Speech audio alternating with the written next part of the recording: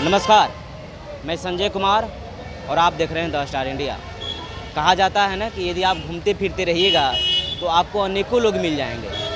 मैं वैसे ही पटना जंक्शन की तरफ बढ़ रहा था। मैं अभी छपरा से होकर आ रहा हूँ। पटना जंक्शन की ओर बढ़कर अपने घर के लिए रवाना होने के लिए सोच रहा था, लेकिन मेरे को रास्ते में महबूब आलम मिल गए, जो कि महागठबंधन की तरफ से एक मजबूत चेहरा, और जो कि कहा जाए कि यदि आप सदन में बराबर लाइव देखते होंगे तो बराबर इनका चेहरा कहीं ना कहीं दिखाई देता होगा। तो सर, आपका द स्टार इंडिया में स्वागत है। क्या हुआ? द स्टार इंडिया में आपका स्वागत है। आपका भी स्वागत है, बहुत बहुत शुक्रिया। सर, चुनाव का माहौल है और जैसे मैं आपको देखा कि आप साधारण तरीके से एकदम आम लोगों के बीच में बैठे हुए हैं, क्या लगता है आप लोगों को, जैसे कि आप तो खुद ऑन विधायक हैं, क्या लगता है अब की बार आप लोग सरकार में मजबूती से आ पाएंगे या फिर विपक्ष में ही बैठना पड़ेगा? जो माहौल है, जो हत्या बलात्कार की घटनाएं बेलगाम हो रही है और अपराधियों पर पुलिस का कोई खौफ नहीं है, मैं समझता हूं अपराधियों के साथ पुलिस की साठगांठ है। कानून व्यवस्था चरमरा गई है, महंगाई आसमान छू रही है, बेरोजगारी है, गवर्नेंस नहीं है, और ख़ासकर जो नीतीश कुमार जी है, माननीय मुख्यमंत्री जी, इनका मानसिक स्थिति स्वस्थ नहीं है। ऐसी हालत में पिछले 5 साल में जिस तरह से जनता के मुद्दे को हम लोगों ने प्रमुखता से विधानसभा में उठाया और सड़क पर हम लोगों ने आंदोलन किया, बड़ी बड़ी यात्राएं की भाकपा माले की तरफ से, तो मुझे पूरी उम्मीद है कि बदलाव होगा और इंडिया गठबंधन, जो बिहार में महागठबंधन के नाम से प्रतिष्ठित है, उसकी सरकार बनेगी। देखिए, जैसे कि आप लोग का इंडिया गठबंधन है, इसमें मुख्यमंत्री का चेहरा कौन होने जा रहे हैं?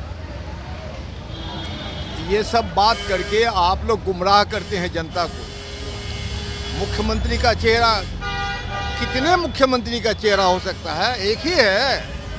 पहले चुनाव होता है, चुनाव में चुनकर आते हैं लोग, अपने अपने दल के विधायक दल की बैठकें होती है और बैठक में जो सबसे बड़ा दल है गठबंधन में, उसका जो दल के नेता चुने जाते हैं, स्वभावतः वही मुख्यमंत्री होते हैं। इनके पास जनता को संबोधित करने का कोई मुद्दा नहीं है। वो एक मसीहा को खड़ा करके जनता को वोट कर लूटने चाहती है। वो गैर संवैधानिक प्रक्रिया है, अब समझ लीजिए। जैसे कि आपने बोला सर कि माननीय मुख्यमंत्री जी का मानसिक स्वास्थ्य सही नहीं है, लेकिन आज 20 वर्ष से लगातार सत्ता में बने हुए हैं। जनता कहीं ना कहीं उनकी स्वास्थ्य को देखकर ही तो वोट देती है। क्या जनता उनकी स्वास्थ्य को अच्छाई की ओर देखकर ही तो वोट देती है। अरे वोट दिया नहीं उनको, चुनाव पर तक कभी खड़ा नहीं हुए। वो तो एमएलसी बन के आते हैं, जनता के पास जाने की हिम्मत नहीं है जी उनको। आपने जो चेहरा बोला तो चेहरा तो वही रहता नहीं, चेहरा फेरा फजूल बात है। ये सब लोकतंत्र की का अपमान है। चुन के आइए तब चेहरा होगा। एक ही आदमी योग्य है, अब बाकी लोग क्या है? ये जो मेहनतकश इंसान है, ये योग्य नहीं है। अब सुधीर चौधरी योग्य है, आप पत्रकारिता करते हैं सड़क पर घूम घूम के, तो आपकी योग्यता पर सवाल है। मौका मिलेगा तो आप भी अपनी योग्यता का प्रदर्शन कर सकते हैं। यानी कहने का मतलब है कि एक ही चेहरा को महारत बनाया गया है। अरे एक ही चेहरा को प्रोजेक्ट करके जनता की आंखों में धूल झोंकी जा रही है। जिस तरह से नरेंद्र मोदी की क्या है क्वालिफिकेशन, क्या है उसकी डिग्री, क्यों उसकी बोलती बंद है, क्यों पब्लिक डोमेन में इसको डिक्लेयर नहीं कर रहा है? तो एक अवतार के रूप में उसको पेश किया। भारत तो धार्मिक कमजोरियों का देश है, अवतार खोजती है जनता। अवतार तो आने वाला है नहीं, वो तो मिलेगा मौत के बाद, समझ रहे हैं ना आप? इसलिए आप जैसे पत्रकार भी, जो गोदी मीडिया ने पत्रकारिता को शर्मसार किया है, उसका शिकार आप भी हैं। यकीनन सड़क पर घूमते हुए जो आप रिपोर्टिंग कर रहे हैं, एक दिन आपको भी प्रतिष्ठा मिलेगी और कर्म का फल मिलेगा। देखिए ये इन सभी चीज़ों से तो हम प्रत्येक दिन रूबरू होते हैं। क्या? इन सब चीज़ों से हम प्रत्येक दिन रूबरू होते हैं। घटनाओं जैसे हम देहात में जाएंगे तो हमें लोग गोदिया में खुद कहते हैं। लोग हम एक गए गांव में, लोगों से बोला कि सर आपको किसका सरकार बनना चाहिए, तो बोले किस पार्टी से हो, पहले 500 रुपया मेरे को दो, मैं फालतू नहीं, उसके बाद मैं बताऊंगा किसका सरकार बनना चाहिए। देखिए लोगों को पत्रकारिता और राजनीति पर से विश्वास हटते जा रहा है। लोग किसी नेता पर भी विश्वास नहीं कर रहे हैं। इस पर ऐसी बात नहीं है। पत्रकारिता पर सवाल तो उठा ही है।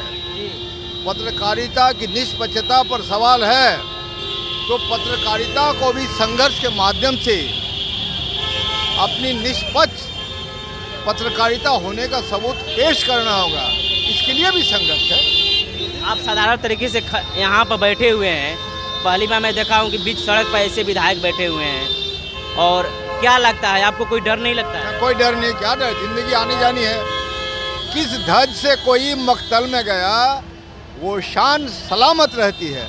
ये जान तो आनी जानी है, जान की कीमत क्या है? कोई बात नहीं। बहुत बहुत धन्यवाद। तो ये थे महबूब आलम जी, जो कि आप बिहार विधानसभा जब भी देखेंगे तो वहाँ पर ये बोलते हुए विपक्ष की तरफ से नजर आएंगे। और एक अच्छी बात यह है कि जब 17 महीने की सरकार माननीय तेजस्वी यादव जी की था, तो उस समय भी यह बोले थे कि हम बाहर से समर्थन करेंगे, बल्कि हमको सरकार में भागीदारी हो या ना हो, इस बात को मेरे को आज भी याद है। बोले थे ना सर कि तेजस्वी यादव की सत्ता में जब 17 महीने की सरकार बना था, उसमें खुद बोले थे कि हम सरकार में रहें या ना रहें, लेकिन हमें तेजस्वी यादव के साथ समर्थन में खड़ा हूँ। आप इस बात को बोले थे। आप क्या बोले थे? 17 महीने के तेजस्वी यादव की सरकार में आप सरकार में मंत्री बने या ना बने, लेकिन आप तेजस्वी यादव के साथ में खड़े थे। बिल्कुल। ये होती है सबसे बड़ा चेहरा, बड़ी बात होती है। ये मंत्री बनना हमारा उद्देश्य नहीं है। हम जनता की सेवा, जनता की खिदमत के लिए सियासत में आए हैं। और चूंकि हमारा जनाधार है, हमारी जनता है, तो उस वोट को हमें लेना भी चाहिए। अगर हम नहीं लेंगे तो दलाल उस वोट को लूट लेगा। जहाँ तक सरकार नहीं चलाने की बात है, हम लोग मौज मस्ती नहीं करना चाहते। हम लोग बगल में खड़ा होकर उसकी पहरेदारी करना चाहते हैं कि सरकार चलाओ। मंत्री बनने की तमन्ना नहीं है हम लोगों की। सरकार चलाओ, गड़बड़ करोगे तो तुम्हारे खिलाफ भी बात होगी। लास्ट प्रश्न है सर, पिछली बार आप लोग 12-13 सीटों से पीछे रह गए थे सरकार में जाने से।